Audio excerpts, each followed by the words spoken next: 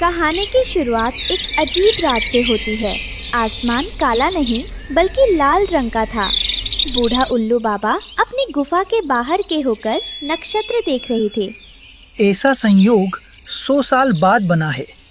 सूरज देवता बहुत क्रोध में हैं। कल जंगल में अग्नि वर्षा होगी। जो फसल इस गर्मी को झेल गई वो सोना बन जाएगी और जो नहीं झेल पाई वो राख हो जाएगी। तभी हवा का एक गर्म झोंका आया और पास रखे सूखे पत्ते जलकर राख हो गए। जंगल वालों को सावधान रहना होगा। कल की सुबह कोई साधारण सुबह नहीं होगी। इस साल जंगल में बहुत भीषण गर्मी पड़ रही थी। रानो चिड़िया और उसका पति टुन्नू चिड़ा पसीने में लथपथ होकर अपने खेत में मक्का के बीज बो रहे थे। हाँ रानो, धूप बहुत तेज है। मुझे डर है कि कहीं हमारी फसल जल ना जाए। हमारे पास तो सिंचाई के लिए पानी भी नहीं है। टुन्नू जी, आप इस तपते सूरज और सूखी मिट्टी को देखकर अपना दिल छोटा मत कीजिए। याद रखिए, धरती माँ कभी भी मेहनत करने वालों को भूखा नहीं सुलाती। अगर हमने इन बीजों को अपने पसीने से सींचा है तो ईश्वर भी हमारी मेहनत का मोल जरूर समझेंगे। हमारे बच्चों के भविष्य की नींव इन्हीं नन्हे बीजों में छिपी है। हिम्मत हारने से मुश्किलें कम नहीं होंगी, बल्कि संघर्ष करने से ही हमें सफलता का रास्ता मिलेगा। हमें बस अपना कर्म करना है, बाकी सब उस ऊपर वाले के न्याय पर छोड़ देना चाहिए। कालू कौवा और गोरी कौवी ऊपर बैठकर रानो को मेहनत करते देख रहे थे। देखिए जी, रानो और टुन्नू कितनी मेहनत कर रही है। अगर इनके मक्के उग गए तो ये बहुत पैसा कमाएंगे। गोरी, मेहनत वो करेंगे और फसल हम काटेंगे। एक बार भुट्टे पक जाने दो, मैं रातों रात पूरा खेत साफ कर दूंगा। रानो पानी लाने नदी पर गई। नदी भी सूख रही थी। वहाँ सोना बुल उदास खड़ा था। रानो बहन, गर्मी इतनी बढ़ गई है कि नदी का पानी भी खत्म हो रहा है। आप अपने खेत को पानी कैसे देंगी? सोना भाई, मैं अपनी चोंच में भरकर जितना पानी ले जा सकूंगी ले जाऊंगी। एक एक बूंद कीमती है। रानो चिड़िया बड़ी मुश्किल से अपनी चोंच में एक छोटे से मटके में पानी भरकर ला रही थी। वो बहुत थकी हुई थी। उसने मटका खेत के किनारे रखा। टुन्नू जी, ये आखिरी मटका पानी मिला है। इसे पौधों की जड़ों में डाल दीजिए, वरना वे सूख जाएंगे। तभी कालू कौवा जानबूझकर उड़ता हुआ आया और उसने मटके को टक्कर मार दी। छपाक! सारा पानी धूल में गिर गया और सूख गया। अरे माफ करना रानो बहन, मुझे दिखाई नहीं दिया। ओहो, सारा पानी गिर गया। अब तुम्हारे पौधे क्या पिएंगे? धूल। कालू भाई, आपने सिर्फ पानी का मटका नहीं गिराया, बल्कि एक गरीब की उम्मीदों पर चोट की है। जानते हैं, प्यासे के कंठ तक जाने वाले पानी की एक एक बूंद में दुआएं होती है, और आपने उस पुण्य को पाप में बदल दिया। कुदरत का नियम है कि हम जो बोते हैं वही काटते हैं। आज आप मेरी बेबसी पर हंस रहे हैं, लेकिन याद रखिएगा कि छल से हासिल की गई खुशी कभी टिकती नहीं है। पानी गिराकर आप मुझे रोक नहीं पाएंगे। मेरी हिम्मत इस धूल में गिरे पानी से कहीं ज्यादा गहरी है। कालू हंसता हुआ चला गया। रानो और टुन्नू सूखी जमीन को देखकर रोने लगे।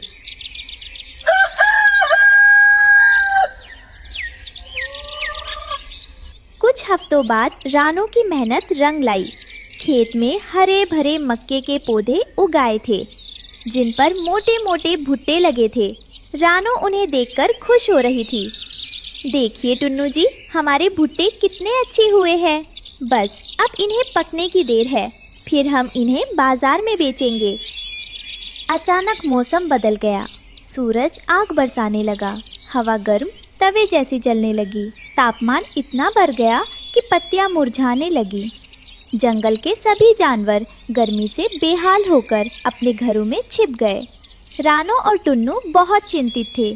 गर्मी कम होने का नाम नहीं ले रही थी। गुड़िया और कुकू गर्मी से रो रहे थे। माँ, मुझे बहुत गर्मी लग रही है। पंखा भी गर्म हवा दे रहा है। रानो, अगर कल तक बारिश नहीं हुई तो हमारे सारे मक्के खेत में ही सूख जाएंगे। हमारी सारी मेहनत बर्बाद हो जाएगी। ईश्वर हमारी परीक्षा ले रहे हैं। कालू कौवा अपने साथ कुछ खाली बोरे लेकर झाड़ियों में छिपा था।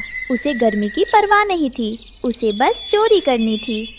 आज रात बहुत गर्मी है, इसलिए रानो और टुन्नू खेत पर पहरा देने नहीं आएंगे। यही सही मौका है, मैं सारे भुट्टे चुरा लूंगा। देर रात कालू खेत में घुसा। गर्मी इतनी ज्यादा थी कि रात में भी जमीन जल रही थी। कालू ने जैसे ही एक मक्के को तोड़ने के लिए हाथ बढ़ाया, हाँ, अरे बाप रे, ये भुट्टा तो आग जैसा गर्म है। उई माँ, मेरे पंख चल रहे हैं। तभी एक चमत्कार हुआ।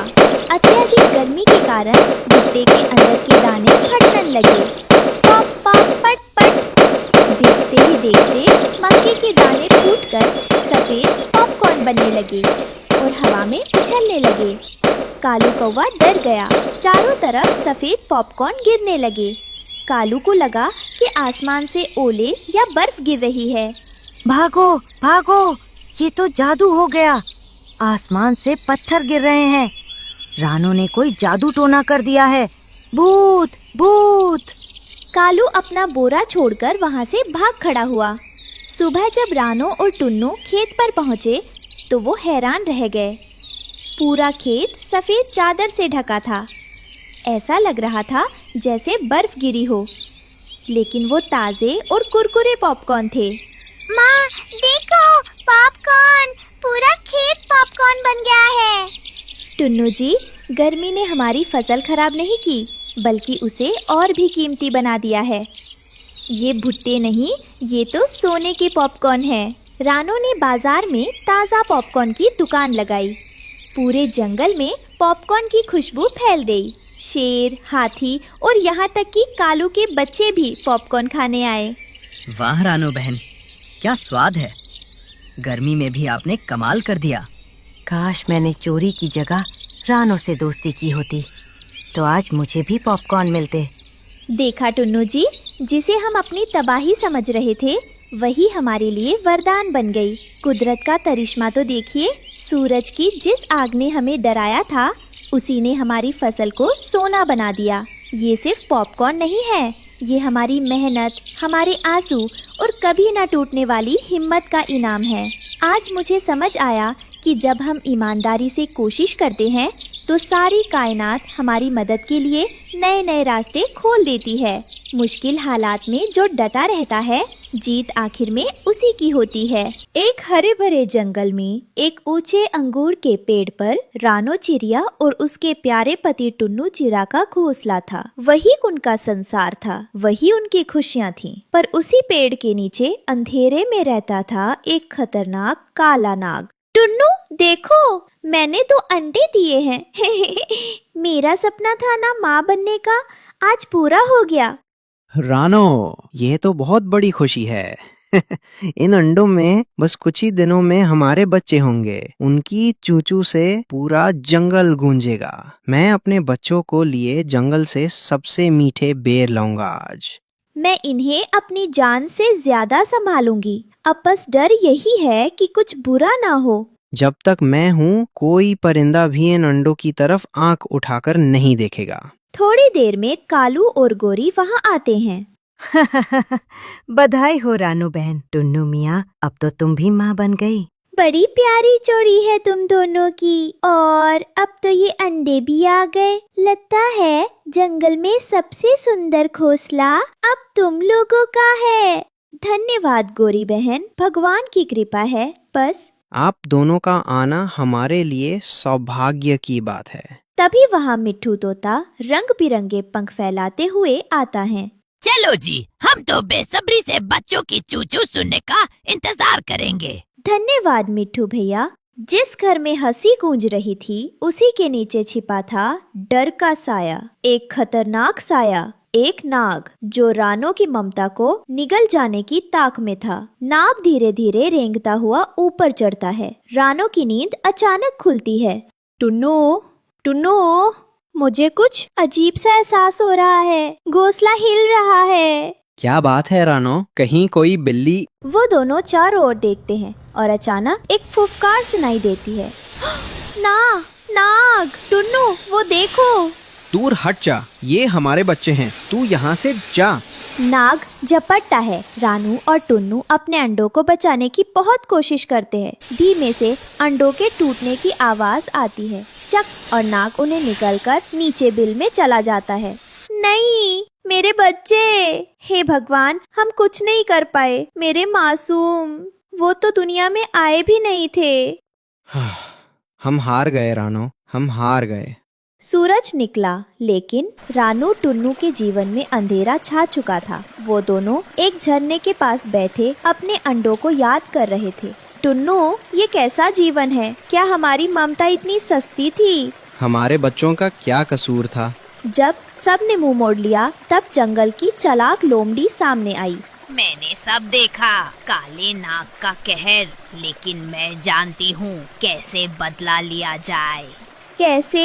हमें हमारी संतानों का बदला चाहिए। नदी किनारे एक राजकुमारी रोज सैर पर आती है। उसके पास एक सोने का हार है। उसे चुराकर उस नाग के बिल में डाल दो। रानू अब एक माँ नहीं, एक योद्धा बन चुकी थी। अगले दिन नदी किनारे राजकुमारी नदी में स्नान कर रही होती है और उसका हार नदी किनारे पत्थर पर रखा था। तभी वहाँ रानो चिड़िया आती है। माफ करना राजकुमारी, मैं बुरी नहीं हूँ, पर तुम्हारा ये हार एक नाग को मौत की तरफ ले जाएगा और मेरे बच्चों को इंसाफ मिलेगा। रानो धीरे से हार अपनी चोंच में दबाती है और वहाँ से उड़ जाती है। क्या? मेरा हार? सैनिक! राजकुमारी जी, क्या हुआ? एक चिड़िया मेरे गले से हार लेकर उड़ गई। यही कोई नीली आँखों वाली, चोंच में चमक थी। एक चिड़िया ने हार चुराया, जंगल की ओर उड़ गई होगी। हम अभी निकलते हैं। रानो ने हार को काले नाग के बिल में डाल देती है। अब इंतजार था इंसानों के आने का और तभी सैनिकों की टुकड़ी जंगल में घुसती है। हर पेड़, हर झाड़ी, हर बिल को छाड़ डालो। हमें वो सोने का हार चाहिए। राजकुमारी का आदेश है, जिसने भी चुराया, चाहे पक्षी हो या पशु, उसे बख्शा न जाए। सैनिक जंगल छान मारते हुए नाग के बिल तक पहुंच गए और जब उन्होंने उसका गला देखा, सारा शक यकीन में बदल गया। देखो, यही है सोने का हार नाग के गले में। इस जहरीले सांप को तुरंत मारो। सभी मिलकर भाले और तलवारों से नाग पर हमला करते हैं और नाग मर जाता है। मर गया। हाँ, बहुत जहरीला था। देखो कितना बड़ा था। अब चलो, राजकुमारी को उसका हार वापस देना है। वही दूर से एक पेड़ के पीछे रानो और टुन्नू ये सब देख रहे थे। बच्चों, आज तुम्हारा बदला पूरा हुआ। तुम्हारी माँ ने हार नहीं मानी। अब चलो टुन्नू, एक नया घर बनाएंगे और एक नई उम्मीद। एक नदी किनारे पालक के पत्तों से बने घर में रानो चिड़िया अपने 2 बच्चों के साथ रहती थी। तभी घर के बाहर मोटी चोंच वाला तोता उसे बुलाने आता है। रानो चिड़िया, चलो चलो, सब तुम्हारा इंतजार कर रहे हैं, हमें देर हो जाएगी। तोते भैया, आज आपको इतनी जल्दी क्या है? आप जाओ, मैं बच्चों को नाश्ता देकर आती हूँ। अरे नहीं बहन, आज खेत में बहुत दाना मिलने वाला है। इंसान ने कल ही फसल काटी है। मौका हाथ से गया तो हम दाना देखते रह जाएंगे और पेट खाली रह जाएगा। तोता चला जाता है। रानो अपने बच्चों को दाना देती है। बच्चों, दाना खाकर खेलना, लेकिन घर से बाहर मत जाना, और अगर जाना भी पड़े तो याद है ना क्या करना है? हाँ मम्मा, हमें पता है। पहले दरवाजे से बाहर झांकना है, फिर ऊपर आसमान देखना है, और फिर अगर कोई बिल्ली या इंसान दिखे तो वापस घर भाग आना है ना? बिल्कुल, शाबाश मेरे होशियार बच्चों। तुम दोनों तो मुझसे भी ज्यादा अक्लमंद हो। सारे पक्षी बरगद के पेड़ पर मिलते हैं। रानो बहन, आज बहुत देर कर दी तुमने। सब तुम्हारा इंतजार करते करते थक गए। और तुम तो हमेशा लेट होते हो। आज मैं थोड़ी देर से आ गई तो क्या हुआ? सब हंस पड़ते हैं और दाना ढूंढने निकल पड़ते हैं। खेत में चारों तरफ मकई के दाने बिखरे पड़े थे। पक्षियों की खुशी का ठिकाना ही नहीं था। सब मजे से दाना खाने लगे। सुनो दोस्तों, मुझे लगता है किसी को पहरा देना चाहिए। इंसानों का भरोसा नहीं। कहीं अचानक शिकारी आ गया तो? अरे कबूतर महाराज, इतना टेंशन क्यों लेते हो? ये जो दाना जमीन पर पड़ा है, ये किसान के काम का ही नहीं है। किसान कभी भी हमें इसे खाने से नहीं रोकेगा। तो खाओ, मजे करो, चिंता मत करो। सब पक्षी दाना खाने में लग जाते हैं, लेकिन तभी धड़ाम, कौवा जाल में फंस जाता है। अरे बचाओ बचाओ, ये जाल, ये तो गले पड़ गया। बाकी पक्षी डरकर पास के पेड़ पर उड़ जाते हैं। ओ भगवान, वही हुआ जिसका डर था। अब क्या होगा? कालू भाई तो फंस गया। वो देखो, शिकारी भी आ रहा है। शिकारी आता है और हंसते हुए कौवे को देखता है। ओहो, बड़ा शौक था ना दाना खाने का, अब जा पिंजरे में। शिकारी जी प्लीज छोड़ दो, मैं तुम्हारे किसी काम का नहीं हूँ। ना तुम मुझे खा सकते हो, ना कोई इंसान। अरे मूर्ख कौवे, तुझे मैं बेच दूंगा चिकन वाले को। वो तुझे चिकन बनाकर मजे से बेच देगा। कौवा कांप जाता है। शिकारी उसे लेकर बाजार जाता है और चिकन वाले को बेच देता है। लो भाई, एकदम ताजा माल लाया हूँ। ये काला कौवा, इसे ले लो, मजे से चिकन बनाओ और पैसा कमा लो। अरे ये क्या लाए हो? ये तो कौवा है, मुर्दा नहीं, और ऊपर से बूढ़ा भी। इसको कौन खरीदेगा भाई? हाँ सही बोल रहा है, मैं तो सीनियर सिटीजन हूँ, मुझे छोड़ दो, तुम्हारा भला होगा। चुप कर, तू बहुत बोलेगा तो सच में कबाब बना दूंगा। ये तो बूढ़ा कौवा है, इसका मांस तो पत्थर जैसा सख्त होगा, लेकिन चलो 50 रुपए दे देता हूँ। अरे ऐसा मत बोल, देख कितनी मोटी ताजा चोंच है, कितने मोटे पंख हैं, मजे से बेच देना। कम से कम 200 रुपए तो दे।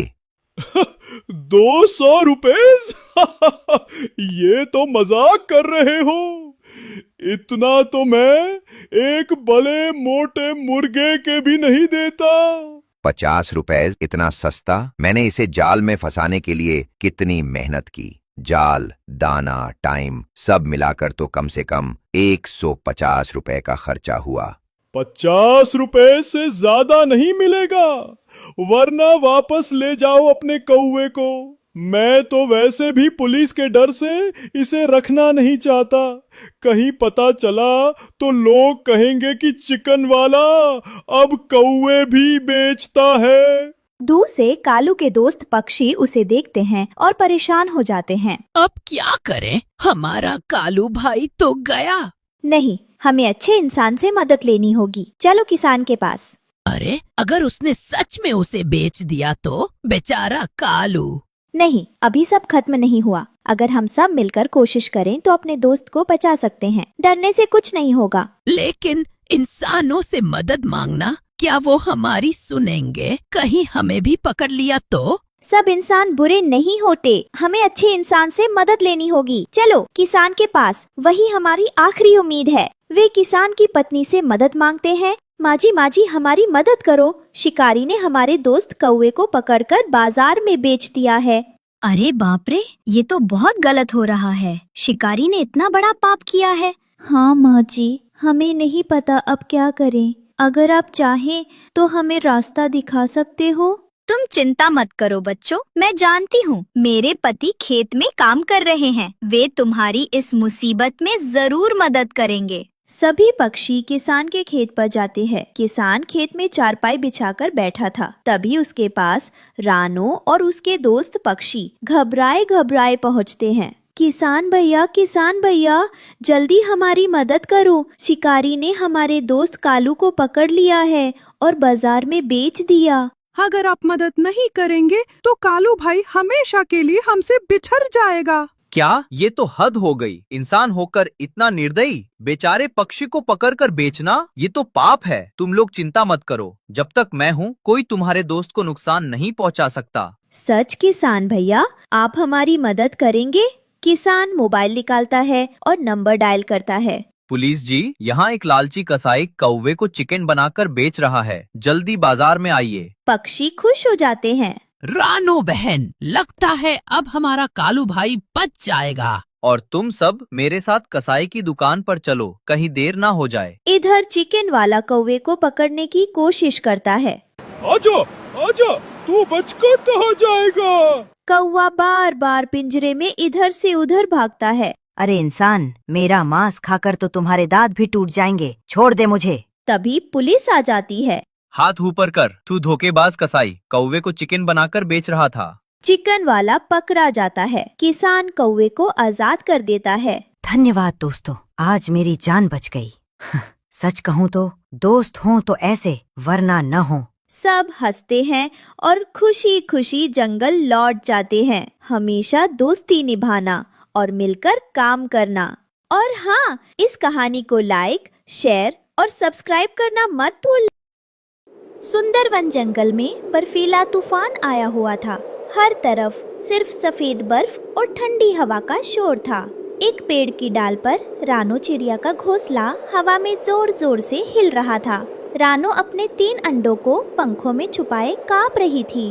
टुन्नू जी, हवा बहुत बहुत तेज है और ये तूफान हमारे घोंसले को हिला रहा है। मेरे पंख भी अब इस भयंकर ठंड से सुन्न पड़ रहे हैं। अगर हम जल्द ही इन अंडों को पर्याप्त गर्मी नहीं दे पाए तो हमारे दोस्तों, ये रहे हमारी आज की वीडियो के प्यारे सब्सक्राइबर्स और फॉलोअर्स के नाम।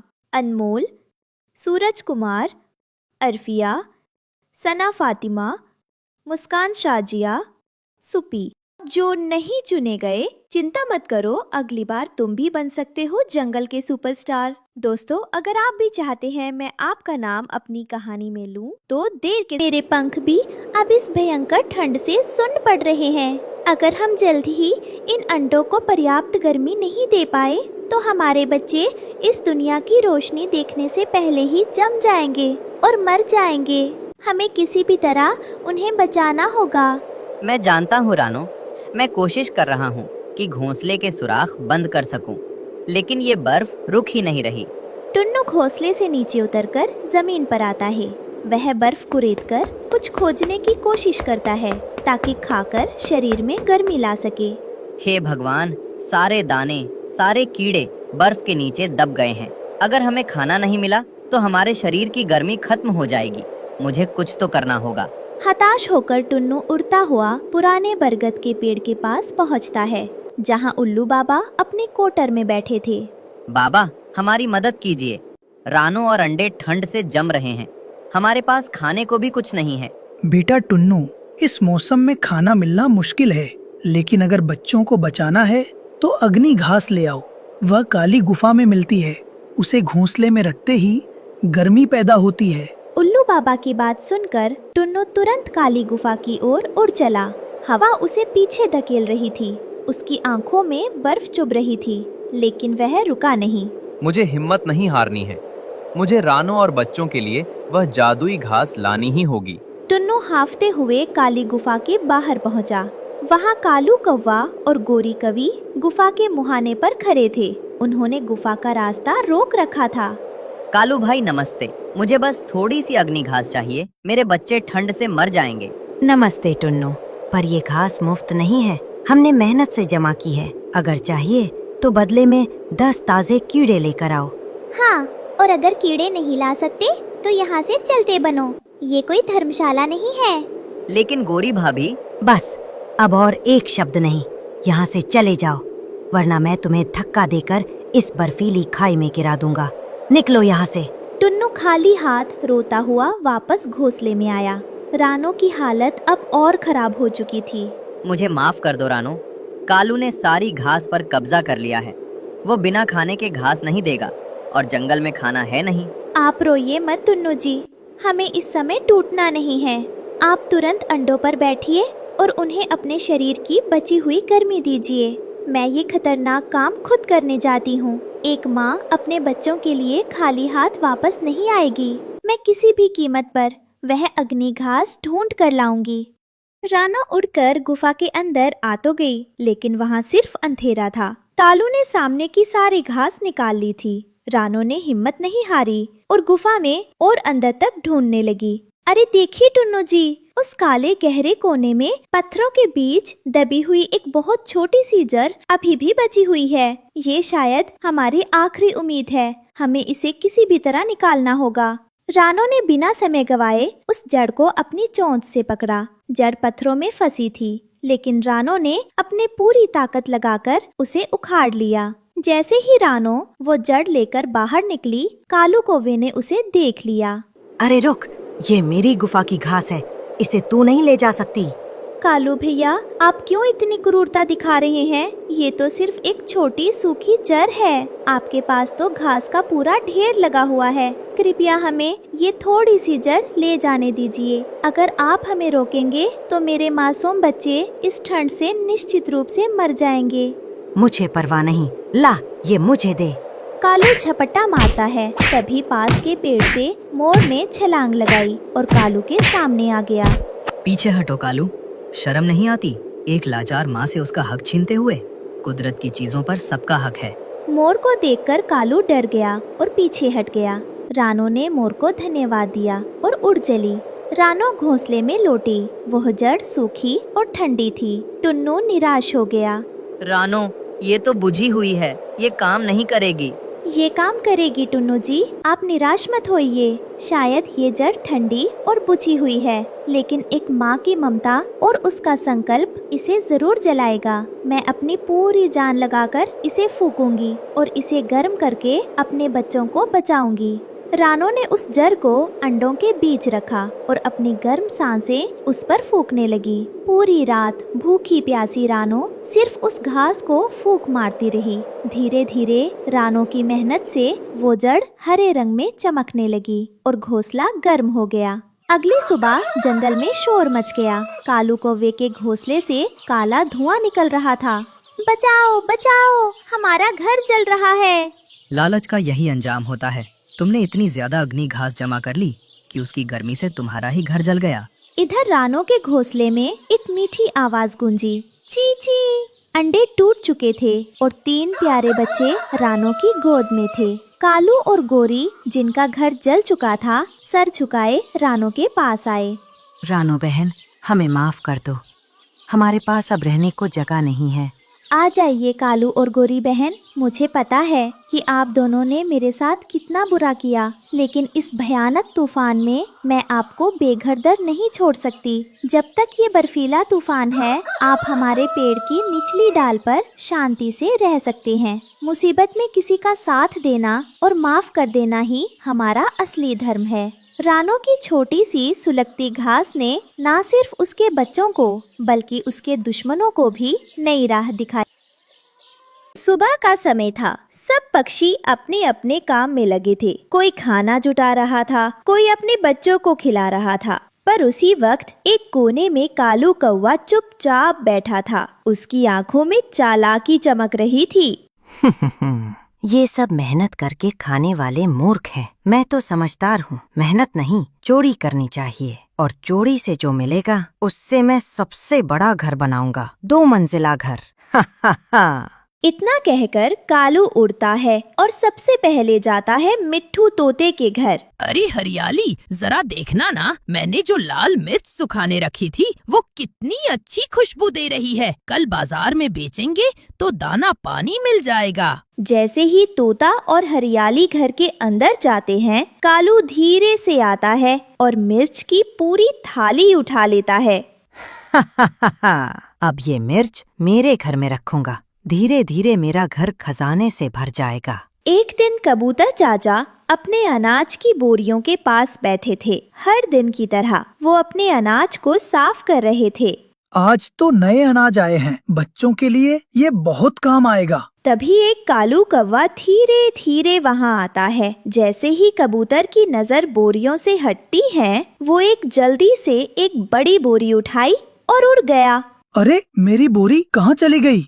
कबूतर चाचा समझ नहीं पा रहे थे कि ये चोरी कैसे हुई। कालू कौवा पीछे से हंसते हुए उड़ गया। ऐसे ही कई दिन गुजर गए। एक रोज जंगल के पुराने हिस्से में कालू कौवा ने अपने लिए एक बड़ा 2 मंजिला घर बनाया। लकड़ी, सूखी डालियां और पत्तों से उसने ऐसा मकान खड़ा किया कि बाकी पक्षी भी हैरान रह गए। देखो सब मेरे घर को। अब मैं जंगल का सबसे बड़ा और अमीर पंछी लग रहा हूँ। लेकिन अमीरी का मजा तब आएगा जब सबके पास खाने को ना हो और मेरे पास ढेरों दाना हो। घर बनाने के बाद कालू कौवा की नजर अब रानो के खाने पर थी। एक दिन रानो चिड़िया अपनी छोटी टोकरी में ताजा फल और कुछ अनाज लेकर जंगल में घर लौट रही थी। वो खुश थी कि बच्चों को आज अच्छा खाना मिलेगा। चलो बच्चों, आज ये अनाज और फल तुम्हारे लिए। अचानक कालू कौवा ऊपर से रानो के घर पर उड़ता हुआ आता है और खिड़की से फलों की टोकरी को चुरा लेता है। ये सब कौन कर रहा है? मेरी टोकरी और अनाज सब गायब। और इसी तरह कालू कभी कबूतर चाचा की अनाज की बोरियां, कभी तोते की मिर्चें और कभी रानो चिड़िया की फलों की टोकरी चुरा लेता। हर कोई परेशान था, पर कोई समझ नहीं पा रहा था कि ये सब गायब कैसे हो रहा है। कुछ दिन बीते, सब इकट्ठा होकर रानो चिड़िया के घर पहुँचे। रानो बेटा, अब तो हद हो गई। रोज मेरा अनाज गायब हो जाता है। ये कौन है जो जंगल को लूट रहा है? हाँ दीदी, मेरे बच्चे भूखे रह गए। कोई तो है जो हमारी मेहनत छीन रहा है। अरे का बताई, हमरा घर के आगे से भी सब गायब हो जात बा। कोनो जादू टोना लागत बा? नहीं दोस्तों, ये जादू टोना नहीं है। ये जरूर किसी चालाक का काम है। हम सब मिलकर पता लगाएंगे। इसी बीच पेड़ की सबसे ऊंची डाल पर बैठे कालू कौवा सब सुन रहा था और मन ही मन हंस रहा था। जितना चाहो शिकायत कर लो, पर किसी को पता नहीं चलेगा कि ये सब मैंने चुराया है। मेरा 2 मंजिला घर तैयार हो गया है। अब सब मुझे जल जल कर देखेंगे। रात का समय था, पूरा जंगल सो रहा था, लेकिन कालू कौवा जाग रहा था। वो चोरी का सामान एक एक करके अपने नए घर में रख रहा था। उसका घर जंगल के किनारे एक बड़े बरगद के पेड़ पर बना था। 2 मंजिला, चमचमाता हुआ, पर उसमें सिर्फ चोरी का माल था। वाह! अब देखो, रानो चिड़िया की टोकरी, कबूतर चाचा का अनाज, तोते की मिर्च, बिंदिया चिड़िया की मूंगफली, सब मेरे पास है। अब मैं सबसे बड़ा अमीर हूँ। सब मुझे देखेंगे तो जल जाएंगे। उसी वक्त गुड़िया चिड़िया उड़ते उड़ते वहां पहुंच गई। उसने देखा कि कालू कौवा अंधेरे में अपने घर में चोरी का सामान छुपा रहा है। अरे, तो ये है असली चोर। कालू कौवा ही सबका सामान चुरा रहा है। मुझे सबको बताना होगा। गुड़िया धीरे से उड़कर वापस चली जाती है और कालू कौवा अपने चोरी के खजाने को देखकर मन ही मन हंसता है। उसे नहीं पता था कि उसकी चालाकी अब सबके सामने आने वाली है। मामा, सुनो सुनो, मुझे पता चल गया है कि हमारा सामान कौन चुरा रहा है। सभी पक्षी पहले से ही रानो के घर पर थे। क्या? सचमुच? बताओ बेटा, कौन है वो? वो है कालू कौवा। कल रात मैंने अपनी आँखों से देखा। वो अपने नए 2 मंजिला घर में चोरी का सारा सामान छुपा रहा था। अरे, तो इसका मतलब मेरे बच्चों का खाना भी उसी ने छीना था। तो कोनो जादू टोना ना, ये कालू की हरकत बा। ये सुनकर सब पक्षी हैरान रह गए। गुस्से और दुख से उनकी आंखें भर आईं, लेकिन रानो चिड़िया शांत रही। उसने सभी को इशारे से चुप कराया। दोस्तों, सच अब सामने है, लेकिन हमें जल्दबाजी नहीं करनी चाहिए। तालू ने हमसे छल किया है। अब हमें सबूत के साथ उसे पकड़ना होगा, ताकि वो फिर कभी किसी को नुकसान ना पहुंचा सके। रात गहरा चुकी थी। पूरा जंगल चुप था। सिर्फ झिंगुरों की आवाज गूंज रही थी। रानो चिड़िया, कबूतर चाचा, मिट्ठू तोता, बिंदिया और बाकी सब पक्षी धीरे धीरे उड़ते हुए कालू कौवा के 2 मंजिला घर की ओर बढ़ रहे थे। जैसे ही सब घर के पास पहुँचे, उन्होंने देखा अंदर मिर्च की थालियाँ, अनाज की बोरियां, फल की टोकरी और मूंगफली के ढेर रखे थे। अरे, ये तो मेरा अनाज है। ई देख, ई मिर्च हमरा बा। तो सचमुच कालू ही हमारे बच्चों का खाना छुपा रहा था। सभी पक्षी चोरी का सबूत देखकर हैरान रह गए। तभी अचानक आसमान में बादल गरजने लगे। तेज हवाएं चलने लगीं, बारिश की बौछारें पड़ने लगीं। देखते ही देखते भयानक तूफान ने पूरे जंगल को घेर लिया। कालू कौआ अपने घर से बाहर निकलकर घबराया हुआ इधर उधर देखने लगा। अरे नहीं, ये क्या हो रहा है? मेरा महल, मेरा 2 मंजिला घर। तेज हवा और बारिश से उसका घर हिलने लगा, लकड़ियाँ टूटने लगीं और देखते ही देखते पूरा घर ढह गया। सारा चोरी का सामान नीचे गिरकर बिखर गया। देखो, भगवान का न्याय हो गया। जो चोरी करेगा उसका घर कभी नहीं टिकेगा। हाँ बेटा, मेहनत से बनाया घर ही टिकता है। दूसरों का हक छीनकर अमीर बनने वाला कभी सुखी नहीं होता।